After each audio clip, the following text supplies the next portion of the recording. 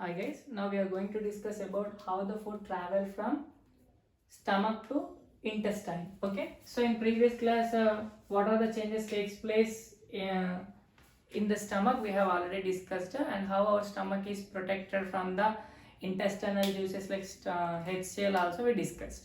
Okay, now whenever the food is pushed from stomach to smaller intestine through a pyloric sphincter, every time a little amount of chyme is pushed into where nana smaller intestine, and remaining amount of food is retropulsed into the stomach again. Okay, so that is looks like a reverse peristalsis. Okay, now whenever these food material like chyme which is in acidic nature, chyme which is in acidic nature entered into the smaller intestine, immediately that acidic nature helps to release two chemicals or two hormones that are called secretin. Okay, and one more hormone cholecystokinin. Cholecystokinin. So the chemical nature or the acidic nature of the chyme helps to produce or release some hormones called secretin and cholecystokinin. So these two hormones can activate the liver and pancreas and smaller intestinal walls to release their juices into the duodenum and smaller intestine. So liver releases what nana? Bile juice.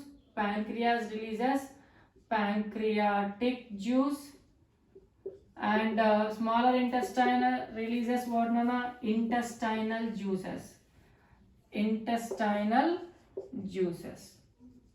So these intestinal juice is also called as what nana? Succus entericus. Okay, succus entericus.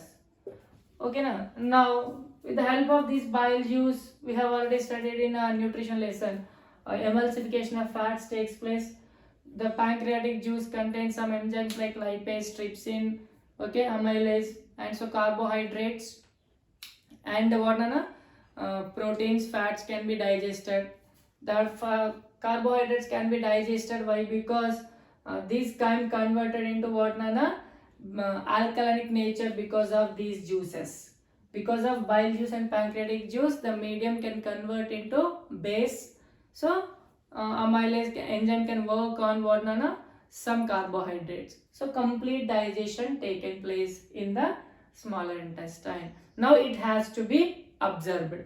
So if you observe the smaller intestine, it contains what very small finger-like projections bulged into the smaller intestine that are called what villis. Villi. So if you observe the smaller intestine,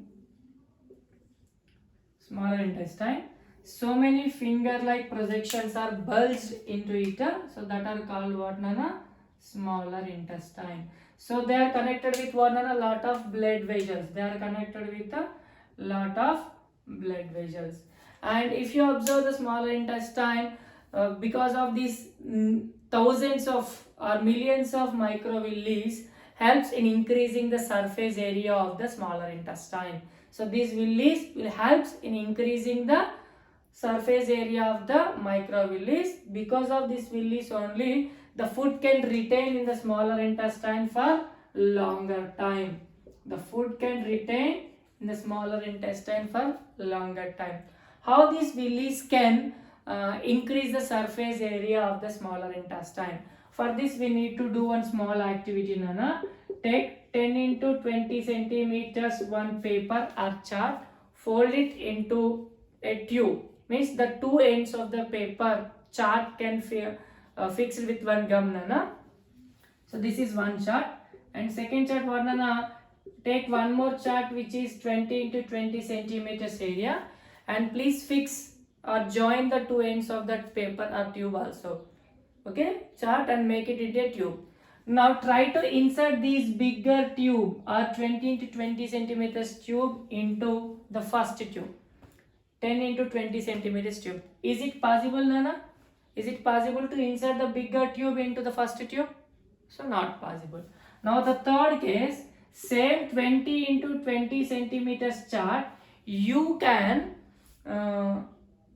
take and we can fold it like shown in your textbook. Now you can fold it into so many foldings and now join the two ends of the chart.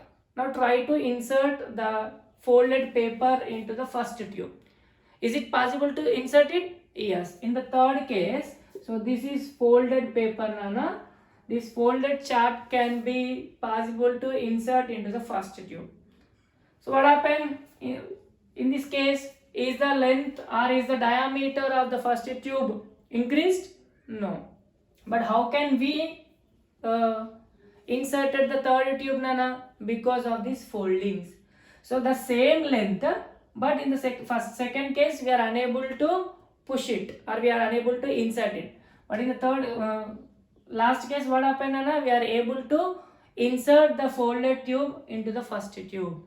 Why? Because so it is because of its foldings, the surface area increased, but its length and width not increased. So these experiments help us to understand that these microvillis can increase the surface area of the absorption, and also the food can retain inside the smaller intestine for longer time. Okay. Now, if you observe the smaller intestine or digestive system or stomach, etc., the total alimentary canal or a gut is one internal organ, and it's a very complex organ and a very interesting organ. Why? Because no other internal organ can be exposed to the external stimulus and external world. But here, only these alimentary canal or gut, even though it is an internal organ, every time it is exposed to the various physiochemical stimuli from the world by the food what we are taking. So every day from morning to evening we are taking different kinds of food materials. Some are acidic in nature, some are basic in nature, some are liquid, some are solids, etc. Okay. So that's why this gut, every time it is exposed to what, Nana? A varieties of physicochemical materials. Okay. So even though it is exposed to that, it can hold or it can survive itself. Why? Because by holding what, Nana? Some muscular apparatus and neural apparatus. Okay, Nana? It can performing its activities perfectly, even though it is exposed to what, Nana? Lot of external stimuli from the world. So it is doing its work perfectly with the help of what, Nana? Some muscular apparatus. Along with this muscular apparatus, some neural apparatus also helping. Some neural apparatus is also helping to perform their functions in a coordinating manner. Okay, like what, Nana? Appropriate mixing and propulsion, yes, churning, etc. Okay, grinding and excretion of waste materials, etc. So this gut, along with some muscular apparatus, it also contains what, Nana? Some neural apparatus, which is helping what, Nana? To perform its work perfectly. Like what, Nana? In a coordinating movements and controlling movements and propulsion, grinding, mixing and retropulsion, etc. Okay. So these neural apparatus, it's a vast, it's a very big system, Nana, by having a millions of nerve cells. Okay, it's a neural apparatus is a very vast system, Nana.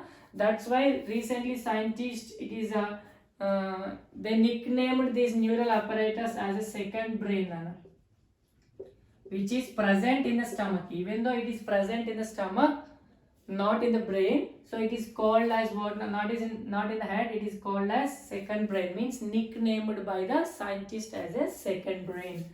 So original name is what, Nana? Enteric nervous system. Enteric nervous system. So by having million neural apparatus, it is performing so many functions, it is coordinating with so many organs, Nana. So what are the functions? Let's see. Obviously our 70% of our immunity system is maintained by this second brain only.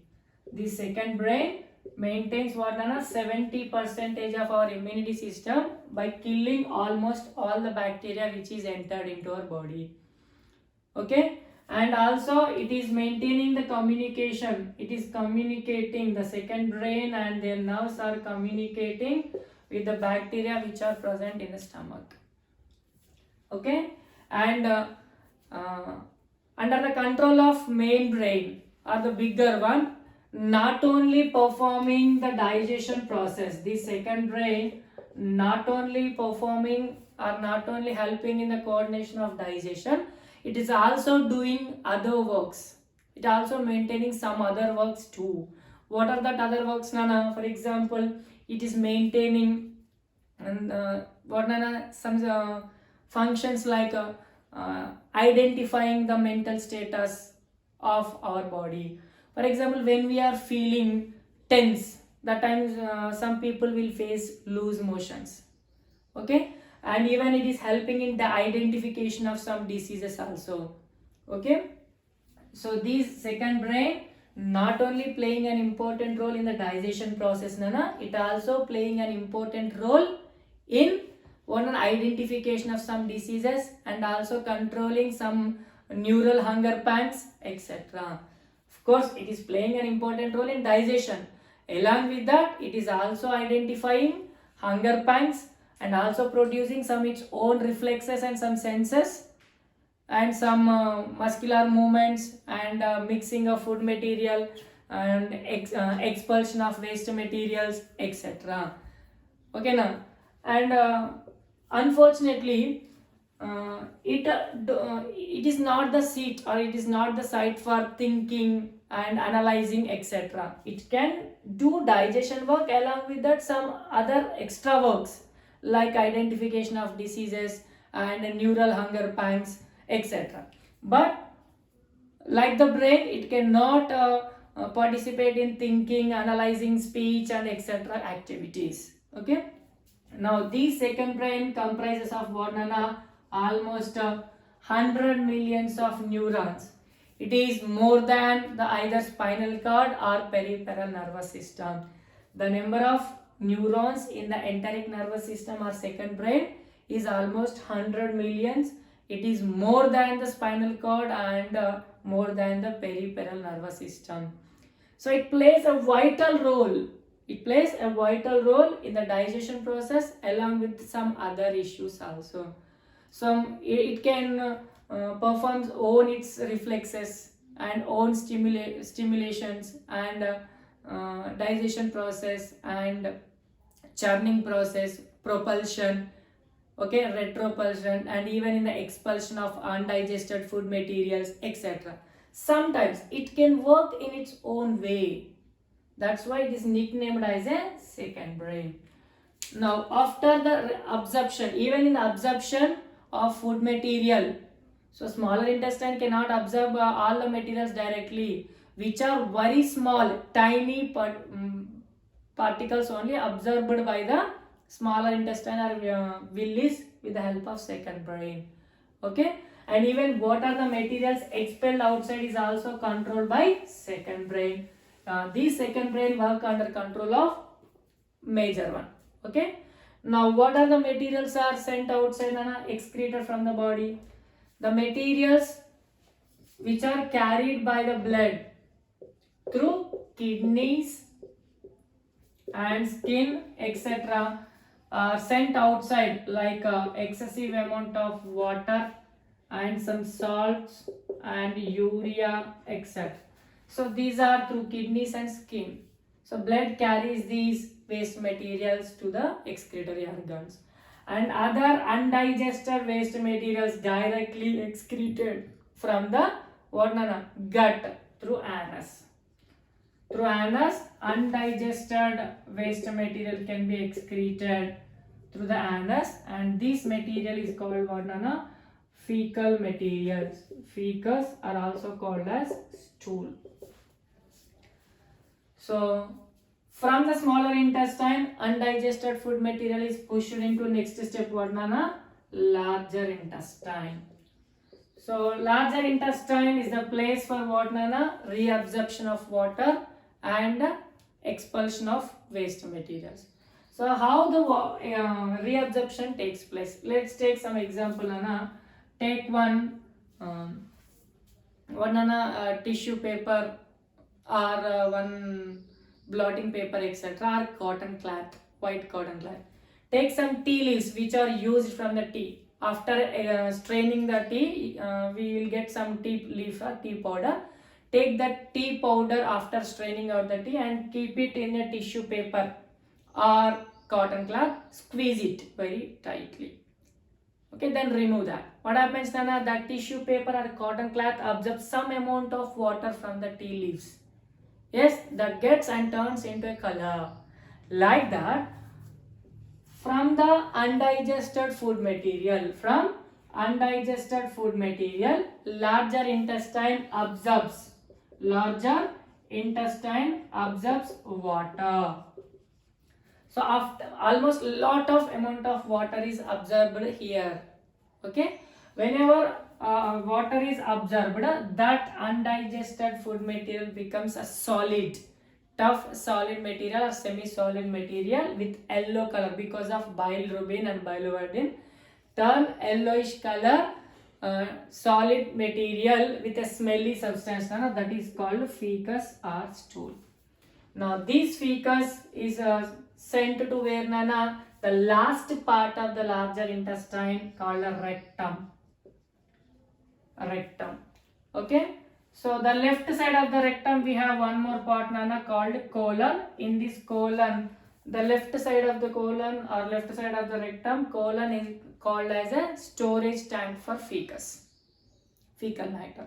Inside the colon only the fecal matter can be stored. Okay, and this rectum opens into where nana? Last part of our gut called anus. Called what nana? Anus. So at the end entrance of the anus, or at the end of the gut, we have what nana? Two sphincters or two walls, muscular walls present nana. So in these two sphincters, which one is under control of our brain, that is called voluntary, and second one is under not our controls, that is called involuntary. Basically, the inner muscle or inner sphincter is under our control. Inner sphincter is involuntary, external sphincter is voluntary one. Whenever we want to expel or excrete the waste materials, then these two sphincters should open at a time and we will excrete the waste materials from the gut. Okay, and if you observe the gut from end to end, from mouth or esophagus to anus, it is almost 9 meters length nana.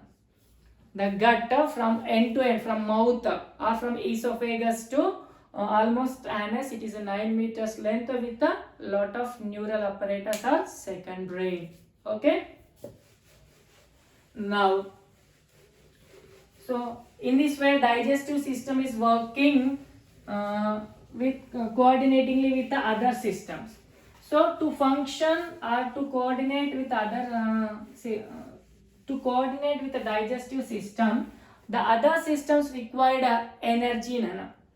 For example, here what nana? Excretory system or transportation system, etc., are working coordinatively with the digestive system. So to coordinate with the digestive system, these remaining systems also required what nana? Energy. But from where did they get energy? So to draw energy or to get the energy, we required what nana? Another process called respiration. In the process of respiration, what happens we have already discussed. From the external environment, oxygen enters into where nana? Lungs. From the lungs what nana? It contains numerous number of alveoli. So the gases exchange takes place from alveoli to blood and from blood to alveoli, means from oxygen from alveoli enters into blood. Okay, so blood carries this oxygen to each and every cell. Inside the cells, what happens, Nana? Glucose or food material can be break down. How the glucose can reach to cells, Nana? Again, it is dependent on blood circulation system. Whenever the smaller intestine absorbs the food material with the help of microvilli. Microvilli, whenever they absorbs the food material from the smaller intestine, it is enters into the blood capillaries. Blood carries what, Nana? Food material to each and every cell. Okay, so glucose breaks down in the presence of oxygen and release what, Nana? Energy. So this energy is used by all the organs and organ systems like blood circulation system, respiratory organs, etc. to perform their activities, and excessive energy is stored in the form of ATPs. In the reverse, they also release what, Nana? Carbon dioxide. So this carbon dioxide again dissolves in the blood and reaches to alveoli. From the alveoli, it exhaled outside through the lungs. So to perform all